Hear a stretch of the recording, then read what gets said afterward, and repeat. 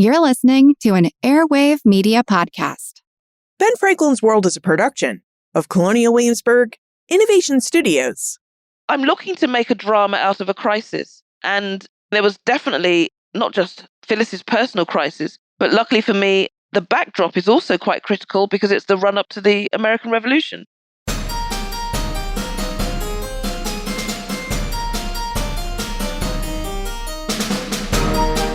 Hello, and welcome to episode 377 of Ben Franklin's World, the podcast dedicated to helping you learn more about how the people and events of our early American past have shaped the present-day world we live in.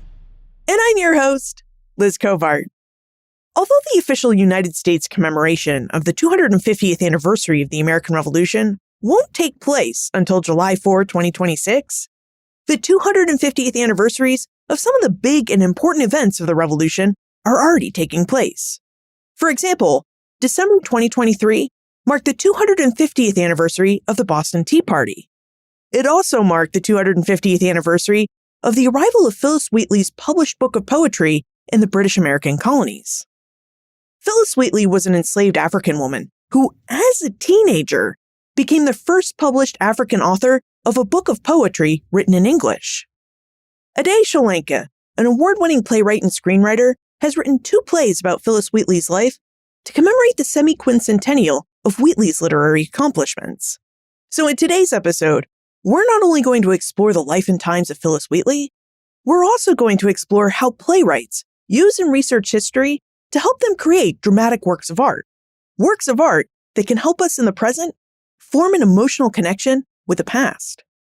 Now, during our exploration, Ade reveals information about Phillis Wheatley's early life and the cultural origins she came from in the Senegambia region of Africa, how Wheatley was able to write poetry as an enslaved teenager, and how playwrights like Ade use the work of history and historians to create dramatic works of art that can help us view and understand the past in new ways. But first, I could really use your help. The Colonial Williamsburg Innovation Studios team and I would like to know more about you and what you think of Ben Franklin's World. This podcast is in its 10th year of production, so perhaps you might like to hear some changes or have us create content that better reflects your interest in the history of early America. You can help us better understand you and what you're looking for from this podcast by taking our listener survey at benfranklinsworld.com/survey. At benfranklinsworld.com/survey, you can tell us if you love this podcast, whether you think the time warp or other elements of the show need to be refreshed or updated, and whether you might be interested in a video component to the show. This survey is also the place where the team and I can learn more about you. We create this podcast for you, and we want to serve you as best we can. So please help us out by taking our listener survey. benfranklinsworld.com/survey. That's benfranklinsworld.com/survey. All right. Are you ready to dive into the worlds of Phillis Wheatley and playwrights? Allow me to introduce you to our expert guide.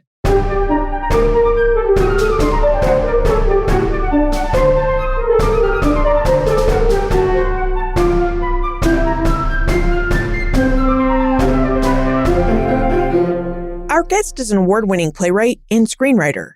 She's the founder and director of Spora Stories, which tells stories of the African diaspora through plays, films, debates, and other events. She's also the author of Phillis in London, a play about Phillis Wheatley's experiences as an African woman writer abroad in Georgian London. Welcome to Ben Franklin's World, Ade Solanka. Hi, Liz. Thank you so much for having me. 2023 marked the 250th anniversary of Phillis Wheatley's book, Reflections on Various Subjects, Religious and Moral. Wheatley's book was published in London in 1773, and it was the first book of poetry published in English by an African. Ade, would you provide us with an overview of who Phillis Wheatley was and how she became a poet?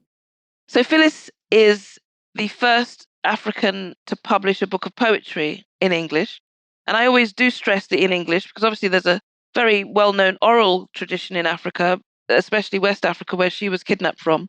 But there is also a literary tradition, and she was from an area around the Senegambia region, which was quite famous for poetry, written poetry, especially of the kind that she grew to specialize in, the elegy. So it's obviously worth remarking on her as a trailblazer, and her book was certainly a landmark. But sometimes people do think it's just the moment when African writing begins, and that's something we really have to debunk. It's African writing in English and the poetic tradition. So she was a child when she was kidnapped, around 7, we think, from, as I said, the Senegambia region. And she was brought to Boston in 1761 on a slave ship called the Phillis. And the enslavers who purchased her, John and Susanna Wheatley, named her after the ship, the Phillis. And Phillis, having been born and raised in Africa, arrived as so many millions did, unable to speak any English. And within a few years was so prodigious, her talent was so remarkable, she was writing and very quickly writing poetry. Fortunately for her, often any talent that was seen wasn't cultivated or nurtured or acknowledged by enslavers. But in her case, Susanna Wheatley especially took a shine to her and helped develop her work. The Wheatley family had brother and sister twins. Nathaniel and Mary were 18-year-olds when Phillis was bought and enslaved. And Nathaniel was at Harvard. He was helping to teach Phillis reading and writing alongside Mary Wheatley and Mrs. Wheatley, Susanna Wheatley. So her circumstances are quite unusual. I always stress again that it wasn't so much that she had this, genius or talent, but she was in an environment which thankfully cultivated and nurtured it rather than completely stamped it out. I always also say nobody went to kidnap Africans for poetry, but in her case, remarkably, she was able to use her talent. Yeah, the Wheatleys certainly seem to be a bit unusual in their focus on teaching Phillis literary skills and encouraging those literary skills as she practiced them. As you mentioned, enslavers weren't in the business of encouraging the genius and talent that they saw in their enslaved people. They worked to stamp it out because they were so focused on the manual labor aspects of enslaved people and what that manual labor could do to better provide for their household and their businesses. So yes, they were, again, teaching her to read and write in English. We can't assume that she couldn't read or write. Literacy was quite advanced in the region she came from. And as you probably know, at that point, there were more cities in Africa than there were in colonial America in those 13 colonies. So African civilization and culture, especially in West Africa, which is actually where my parents are from. My parents are from Nigeria, which is a few countries down the coast. So she came from a highly cultured and cultivated environment. But yes, I think the Wheatleys are unusual. And there's obviously the relationship between Phillis and Susanna was something that I explored in my recent play, Phillis in Boston, where the Wheatleys were not enslavers, they were not abolitionists, but Susanna Wheatley, according to some of the biographies of Phillis, had lost 3 children actually by the time Phillis was brought to America, enslaved in America. And one of her daughters would have been the same age Phillis was when she was around 7 when she came to America. And it has been speculated, historians never know the exact reality of all sorts of elements in the periods there and the personalities they're exploring. But it does seem feasible that Susanna projected some of the feelings for her lost child onto Phillis, because it definitely was the case that their bond was quite strong. When Susanna died, Phillis referred to her as my mother, my sister, like a best friend. Now, those are very strange words to hear from someone who's been kidnapped and enslaved. And it was, again, reciprocal. Susanna Wheatley was very, very invested in Phillis. There are a lot of interesting details to Phillis Wheatley's story. What about those details drew you to write plays about her? Was it the fact that she lived this unusual life as both an enslaved person and a poet, and also a surrogate daughter? So this is, in a way, the gift that keeps on giving. I started out with a project called Phillis in London.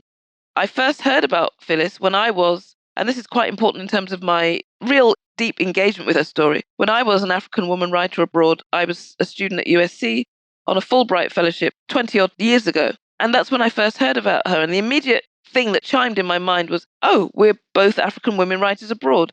Now, our lives couldn't be more different. I was born in London. My parents came to study in the 60s, and I've grown up in this environment my whole life. I've never actually lived in Africa. She was born and raised in Africa, and as I've just said, was brought to America as an enslaved child. And actually, it was quite unusual for children to be kidnapped. So the fact she survived is also remarkable. As we know, the Middle Passage is a horrendous, arduous trauma, but she managed to survive it, which was lucky for her and for us. But the first connection was on the level of being African women writers abroad. I'm interested in artists, and she's, again, unusually from that period, as you said, most Africans were brought to labor, menial and manual labor. So her story interested me because it was so unusual. But also I wanted to explore the different phases of her reputation, because in the 60s and 70s, she was actually dismissed and actually quite vilified because she was seen as being too accommodating, too kind, calling her enslaver like her mother. And she was basically dismissed as an Aunt Jemima type figure. And that intrigued me because I thought, well, hang on a minute. None of us were there in 1773. Let's dig into this and explore what her reality was. The reason she was so unpopular with Black nationalists and the ferment of the 60s and 70s was because of one particular poem. Henry Louis Gates called it the most reviled poem in the African American tradition. And the poem is called On Being Brought from Africa to America. And the lines that caused so much controversy were the opening lines, "'Twas mercy saved me from my pagan land." And the rest of the poem ostensibly is praising, thanking her enslavers. And again, when I first read those lines, I was a bit aghast. I thought, oh, I'm not sure about this, Phyllis. But, for me, it was about exploring her reality. And in fact, a lot of this project has led to this transformation in my attitude and thinking, to really enter someone else's experience and not judge them as much as perhaps in my youth. As I've grown, obviously there's different levels to every experience. So I was intrigued also because she had been dismissed and condemned, actually, as a sellout. And I wanted to explore what that actually meant as someone who was not the only person writing in her era. I'm sure there were other writers we haven't heard about, but she was certainly nurtured and promoted in a way that no one else of that period, actually, even after her life, it didn't happen for many, many decades that another writer came into the scene. So, Phyllis is a huge and complete and utter anomaly. That for me as a playwright is intriguing. I can only imagine what it must have felt like to be in her position. She was told not to mix with other enslaved people. She was kept separate. And I can only imagine the pressures of that. In a way, you're given a certain level of status, but you're still an enslaved woman. So at the same time as she's a renowned poet who's being celebrated not just in New England, but in England, when she comes to London to publish her book in June of 1773, she's the toast of the town. She's fated as the lit girl of the moment. But at the same time, being a celebrity, she's enslaved. She's owned as property. Her material is being published in the colonial pamphlets and tracts and newspapers, which are screeching, and I use that word deliberately, about tyranny and likening the colonists to Parliament slaves. And her poetry is being published alongside these screeds, which are being written by people who are pro-slavery. So again, a very complex and rich sea of interests and actions to dramatize. I wonder if we could go a bit deeper into your interest in Phillis Wheatley and talk about your work as a playwright. You're familiar with this podcast, so you know we normally speak with professional historians, curators, archivists, and people who just do a lot of historical research into the time periods, peoples, and places that we discuss in our interviews. And you're a trained playwright, and yet you also seem very knowledgeable about the life and times of Phillis Wheatley. Would you talk about how you approach creating dynamic stories about the African diaspora and how you know what you know about the past? So what is your historical process and research process like? My job is to create an emotional experience for audiences who come for a couple of hours to be entertained. And I mean entertained in the etymological origins of the word, to hold their attention. So I'm not a historian, although obviously I'm very grateful to the many historians who've researched Phyllis's life. There have been 3 main biographies, but as you know, Phyllis has been written about in lots of different ways. Young adult novels. Young people are always inspired by her story because she was so young when she was producing literature and art, and again, while she was enslaved. So I've been extremely fortunate that those historians have done such heavy lifting, basically. And I've obviously used their material, but that's not what I'm offering the audience. And in fact, the play that we've just finished, Phyllis in Boston, by the time we finished rehearsals, a lot of the historical information, which I found so fascinating, a lot of it had come out because we found that you don't want a play to be stuffed full of historical information. it's not information that makes a play sing. What makes a play sing, and this is, as you mentioned, it's what I've been trained to do, is relationships. It's the characters. It's the way in which they behave towards each other. In fact, you could say that to an extent, drama is a study of human behavior. Now, that does come into historical accounts, but it's not the whole point of a historical account. So the whole point of a play is to engage an audience with the emotional journey of a character who's dealing with obstacles, and not just ordinary obstacles, often life-threatening obstacles. In Phyllis's case, in Phyllis in Boston, which is the play we've just finished, her massive challenge was that her books were on board a ship which was about to have its cargo dumped into the ocean. So 300 copies of her book were sent from London in the September of 1773. That's why it's the 250th anniversary. And they arrived in Boston on the 28th of November. But unfortunately, they were on board a certain vessel called the Dartmouth, along with 300 chests of East India Company tea. So there's a drama. The Patriots refused to allow the cargo to be offloaded. They swear that it will never be deposited on American soil. And they threaten anyone who tampers with this cargo does so on pain of death. So there is a drama. How is she going to get her books off? So there's lots of really interesting historical material around that basic dramatic crisis. But my focus, as we rehearsed and had to edit, was really, this is a young woman whose only hope of emancipation and freedom and of a life rests on her being able to get her books and selling them. And the books, it looks very imminently about to be thrown into the ocean. So how did she get her books off? Okay, so historians don't know the detail. All the books that you can look at speculate. There are certain facts of what happened in terms of the meetings, the body of the people, led to, lots of written material, even accounts of what was going on, Sam Adams' speeches, etc., etc. All of that historical material is accessible, but I only draw on what's of use. There was a particular pronouncement where the body of the people basically issues a threat, and it's so vivid. It says, on pain of death, anyone who goes against our wishes will attract our wrath. So I don't have to make that up. It's already a huge enough obstacle for her to surmount. Now, how does she actually get her books off? We don't know. So my job is to imagine the most difficult, exciting, tense and dramatic, basically, way for those books to come off. So it sounds like you actually do a lot of historical research, mostly in what we call secondary sources, the books we talk about on this podcast that are written from actual firsthand accounts or contemporary accounts of a person, place, or an event. And while historians are always in the archives and libraries looking for information to fill in gaps in our historical knowledge, you as a playwright are actually looking for those gaps in our knowledge because they're moments where you can go in and speculate and imagine what might have happened because we don't historically know what happened.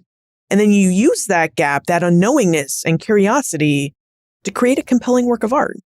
That is a perfect way to put it. In fact, the dramas are in the gaps. Absolutely. It was Hilary Mantel, I think, who said, don't avoid the historical facts that you have that may not be convenient for the story. Lean into those facts that make the story from that. But at the same time, where there's an absence, nature hates a gap, artists hate a gap. And yes, I think that metaphor is perfect. I'm looking to make a drama out of a crisis. And there was definitely not just Phyllis's personal crisis, but luckily for me, the backdrop is also quite critical because it's the run-up to the American Revolution. So she's in a really interesting time and place, book of poetry or not.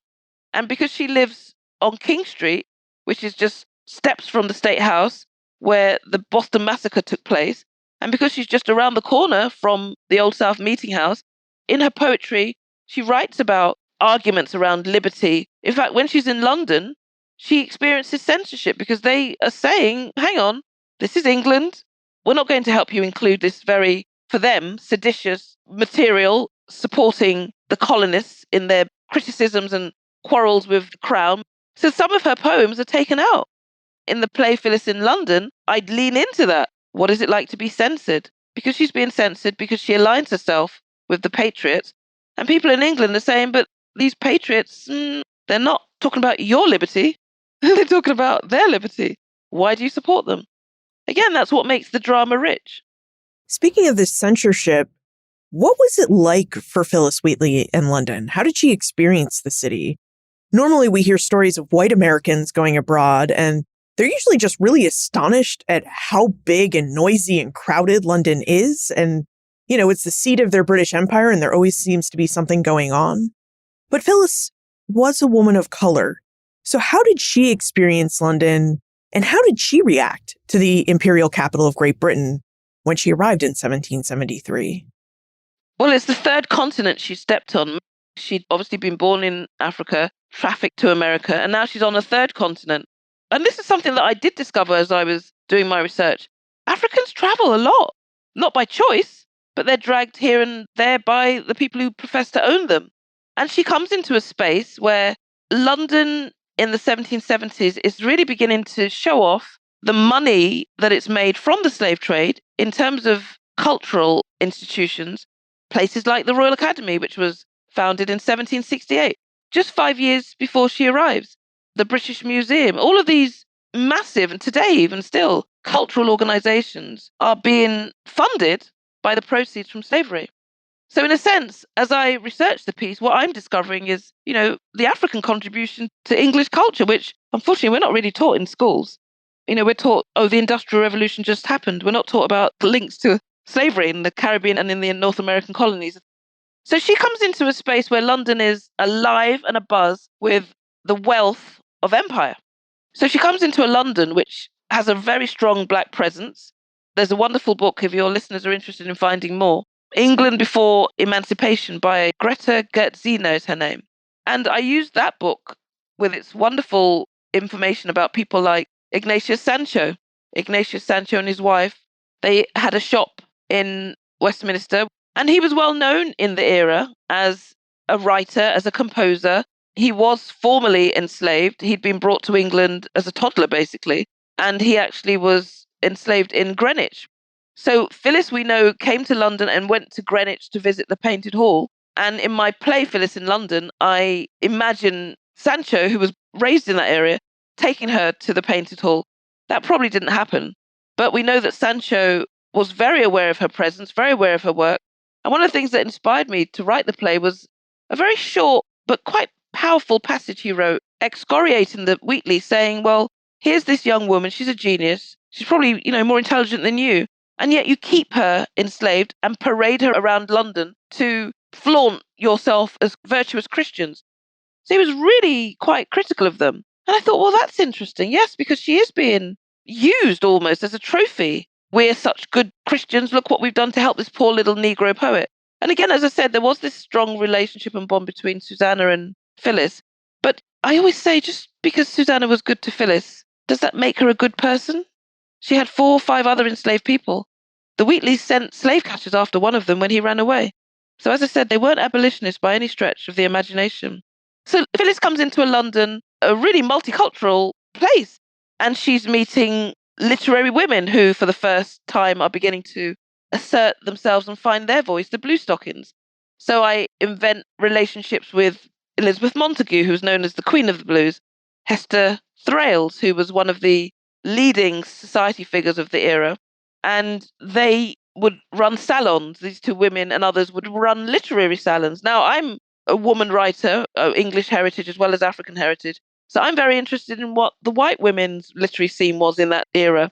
So Phillis meets the Bluestockings, and it's still very strange whenever I say it, but their project was to create an environment where women could converse on an equal basis with men. I mean, just imagine that. 250 years ago, that was a big deal. In a day's play, Phillis in London, there's a scene where Phillis debates whether she should return to Boston and her enslavement with the Wheatleys, or whether she should remain in this multicultural London as a free woman. Ade, we have to take a moment to talk about our episode sponsor. When we return, I hope you'll tell us more about whether this was a scene that was informed by historical events, or whether this is something from your imagination where you're creating drama for us. Playwrights like Ade and poets like Phillis Wheatley communicate history, current events, and emotion through their plays and poetry. But for most of us, communicating with friends, family, and coworkers likely takes the form of emails, text messages, and video calls. How do we know that our methods of electronic communication are safe and not being intercepted by unwanted third parties? The truth is, we can't know unless we're using a secure VPN service like NordVPN. VPN stands for Virtual Private Network. NordVPN is a service that protects your connection to the internet and your online privacy by hiding the IP addresses that your devices use to communicate with the internet. NordVPN is an easy-to-use service that operates at a very fast speed, and you can use your NordVPN account on up to 6 devices, which means you can share your online protection with your family. NordVPN supports Macs, PCs, iPhones, and Androids, so no matter what your favorite device is, NordVPN will work with it. So if you're like me, you may be wondering at this point, why do I need a service like NordVPN? One of the reasons I like NordVPN is that, as I said, it protects my information and monitors whether my online credentials have been exposed to the black web. I also enjoy using NordVPN when I travel. Tim and I like to travel around the United States and abroad. Using NordVPN allows us to log into our streaming services so that we can enjoy watching our favorite sports teams, TV shows, and movies while we're waiting in airports or have some downtime. Get your exclusive NordVPN deal, which includes a big discount plus 4 extra months free at nordvpn.com/BFW. Your trial of NordVPN is risk-free with Nord's 30-day money-back guarantee. Again, visit nordvpn.com/BFW to get your exclusive discount and deal. That's nordvpn.com/BFW. Aday, in your play, Phillis in London, you feature a scene where Phillis debates whether she should return to Boston and her enslavement with the Wheatleys, or whether she should remain in multicultural London as a free woman.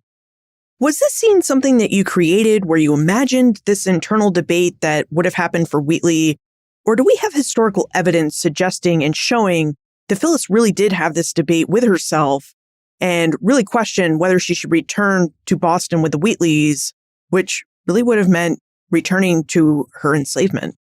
Everyone in New England in 1772 knew of the Somerset case, a man from Massachusetts who'd been brought to London by, again, his so-called master, had left, and this was something that was happening all the time. People who were being brought here as servants, or they used the euphemism servants, but they were basically enslaved, were just leaving.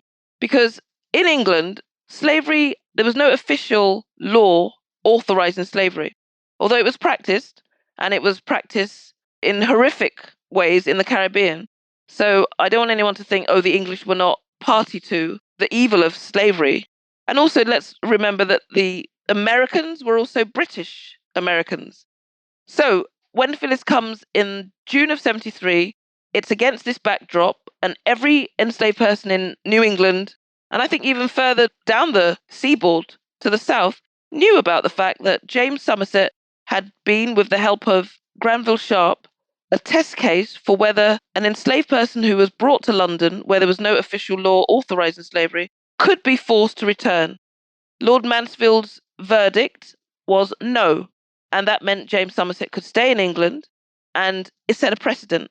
So Phillis would have been aware of this, absolutely. As a literate person, she would have been reading all the papers, and that would have been a topic of conversation even before she left. Several of her biographers have mentioned that the Wheatleys, Susanna Wheatley in particular, in sending her to London, would have been totally aware that Phillis could decide, I'm not coming back. And I do explore this as one of the dramatic questions that she's wrestling with while she's in London, because she was seeing it. Quite a few contemporary accounts attest to the fact that as soon as they hit the streets of London, enslavers would find their so-called property disappeared, and people would just self-emancipate.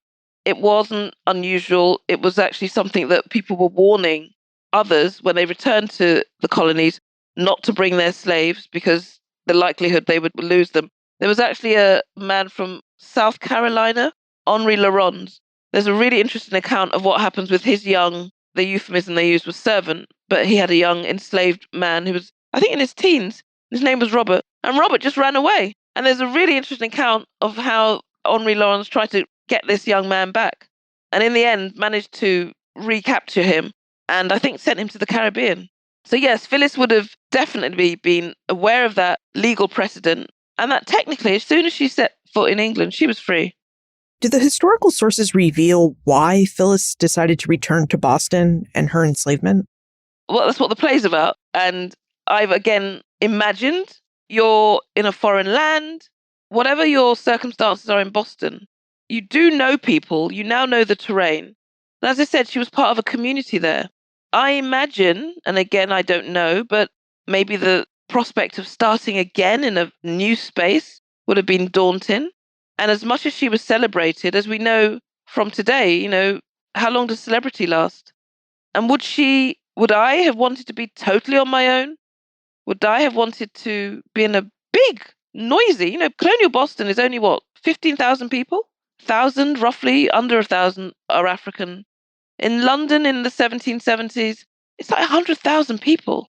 It's noisy. I think accounts, as you've said, of Americans and Caribbean colonists who come to the big city in that era, they find it bewildering, baffling. Also, let's not also forget, she's been through a lot of trauma.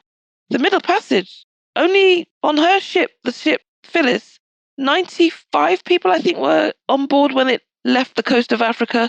I think only 70 something. So a third, and that's the standard amount, a third of the people who were kidnapped died. And, she was 7 years old. When do you get over that kind of horror? Do you ever?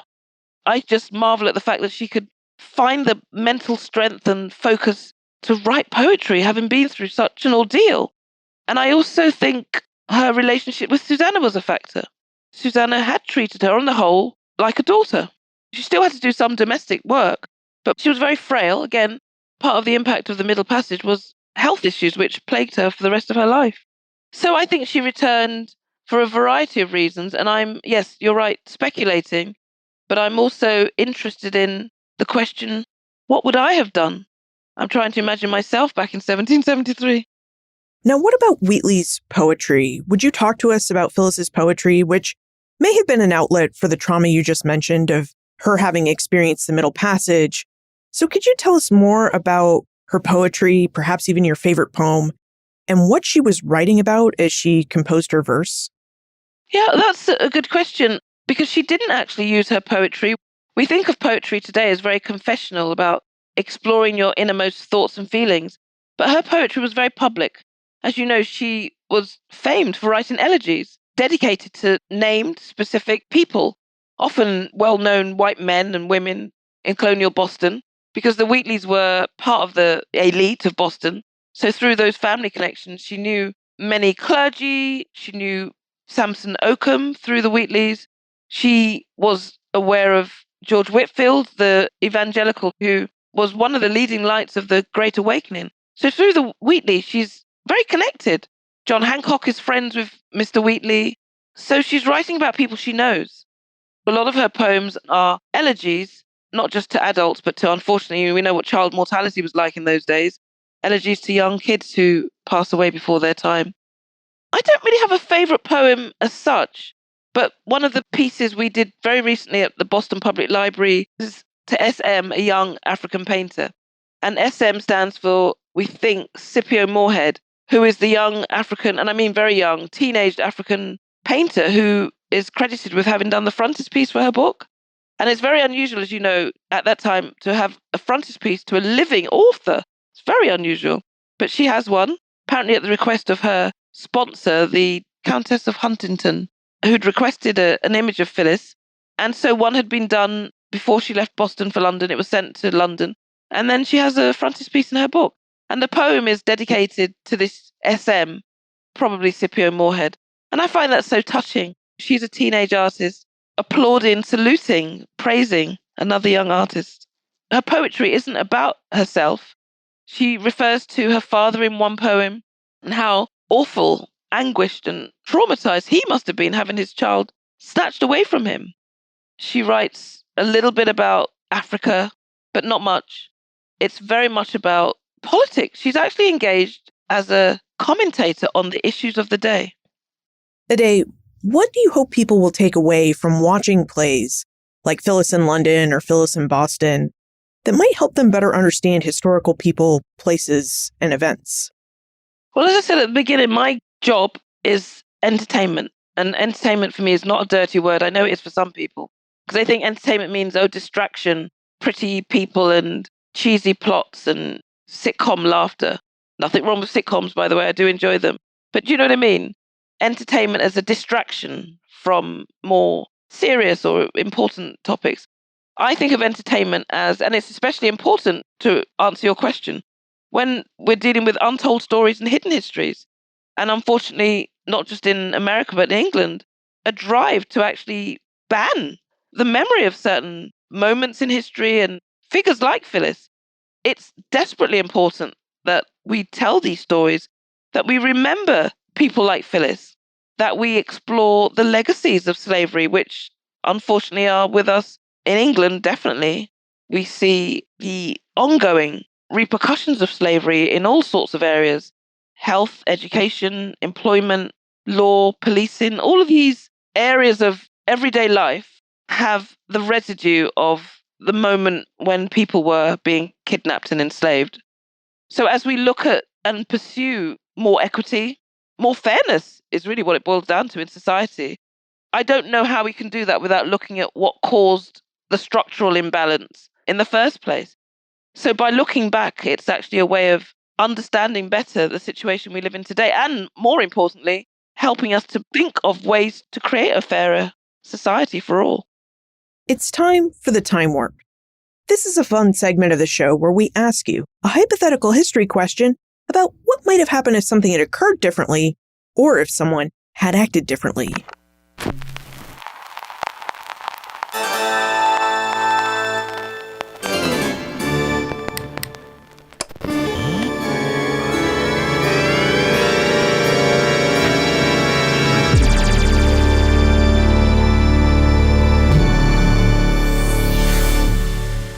In your opinion, what might have happened if Phillis Wheatley had decided not to return to Boston as a 19-year-old? How do you think the remaining years of her life would have been different if Phillis had stayed in London? Wow, I can imagine that she must have. And in fact, one of my plays, which is looking at her after the book's published and during the war, is exploring that very question. Would there have been some regret about leaving, being a celebrity in London? I imagine so.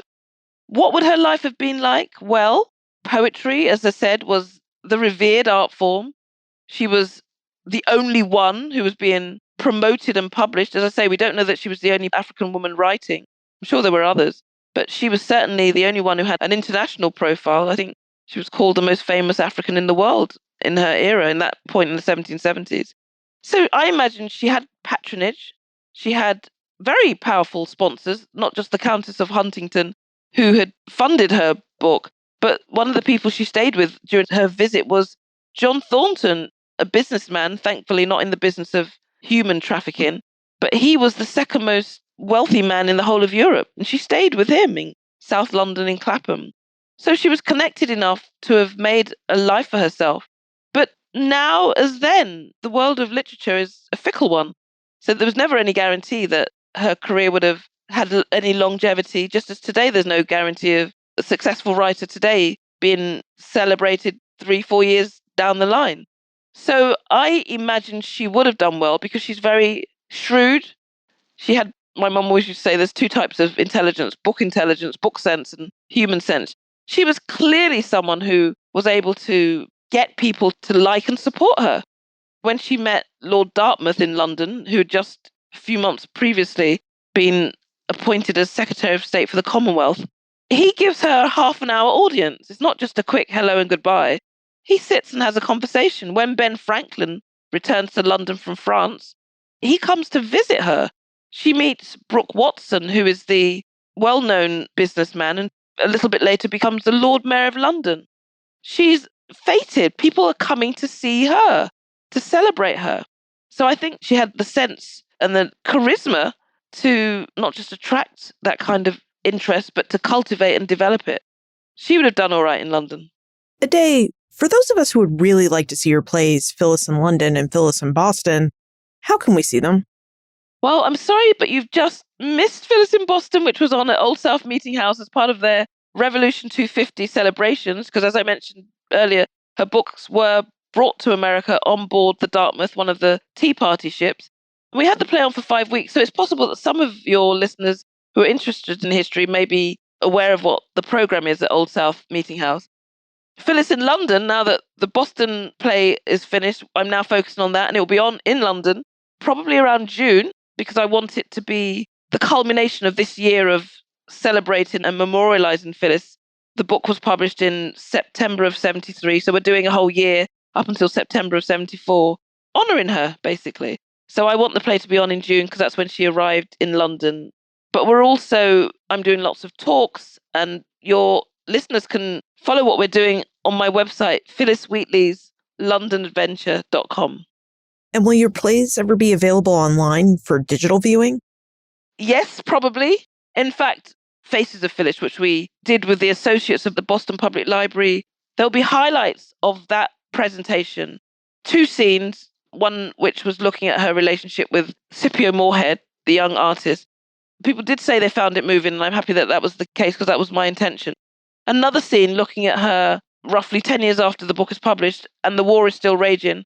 And she, along with others, have had to evacuate Boston. She's now living in Middleton in the country, Middleton, Massachusetts. And unfortunately, she's lost 2 children and is pregnant with a third. So going through another really challenging moment. Her life was full of lots of struggle. Again, for a dramatist, that's material that we can work with. But it's looking at how friends and family help her through those really challenging times. And there'll be highlights of those 2 pieces on the Associates of Boston Public Library website. Would you tell us the web address for your website again so that we can follow your work? My Phillis project over the last year has been on Phillis Wheatley's londonadventure.com. My other website is sporastories.com. Ade Shalenka, thank you for sharing what you know about Phillis Wheatley and for taking us behind the scenes and how playwrights use history to tell engaging stories. It's been a pleasure. Thank you for such excellent questions, and I hope your listeners enjoy our conversation. I certainly have. Phillis Wheatley led a remarkable life. Her elegies and poetry allowed her to flatter famous people while also giving her space on a public platform where she could comment on the current events and politics of her day. And she had a lot of support for her literary work. I find this element of Wheatley's life and work interesting and remarkable because Phillis was an enslaved African woman, a teenager, and yet her enslavers encouraged her literary talents, and the British public praised her, even as she had some really critical things to say about the practice of slavery and British imperial governance over the colonies. Now, this is not to say that all Britons accepted and lauded Phillis. They didn't. Thomas Jefferson quite famously derided Phillis and her poetry, and he wasn't the only person to do so. Still, a lot of people read and considered Phillis's work, and the British government thought that some of her ideas about freedom and liberty were dangerous enough and that her audience would be big enough that they censored some of her poems. Now, our conversation with Ade wasn't just about Phillis Wheatley's life and work. It was also about how playwrights use history to create dramatic works of art. Ade talked about how playwrights rely on the work of historians and primary historical sources to locate moments of historically accurate drama, moments such as the Boston Tea Party, and they also look for gaps in our historical knowledge, where they can then create the space for history-informed, imagined drama. For example, we don't know what conversations Phillis might have had with herself about returning to Boston and her enslavement, but it is fair to speculate that Phillis did experience some internal debate about this subject. And while historians might point out the likeliness that Phillis experienced this internal debate, they would leave it to readers, museum goers, and listeners to wonder what that debate may have sounded like, because we don't have strong evidence or historical sources that shows us the questions that Phillis asked of herself. Meanwhile, playwrights like Ade and Lin-Manuel Miranda dig into these unknown moments and work to point out the drama and tension of the situation in ways that can help us better empathize and understand historical people like Phillis Wheatley. These dramatic works of art can be quite fun and compelling to watch. We just have to remember that playwrights and actors take artistic license, like filling in the gaps of our knowledge with compelling imaginations. So while these works reflect some historical truth, they aren't always 100% historically accurate. But like accurate histories, historically based plays provide us with a method to understand the past in more emotional and empathetic ways that can help us better understand who we are and how we came to be who we are as people, and how we can make the world a better place for the next generation. You'll find more information about Ade, her plays, plus notes, links, and a transcript for everything we talked about today on the show notes page. benfranklinsworld.com/377. Don't forget to tell us what you think about Ben Franklin's World.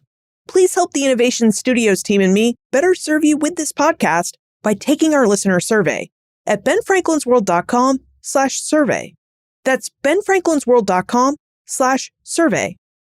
Production assistance for this podcast comes from my colleagues at Colonial Williamsburg Innovation Studios, Katie Schinnebeck, Ashley Bachnight, and Ian Tonat. Breakmaster Cylinder composed our custom theme music. This podcast is part of the Airwave Media Podcast Network.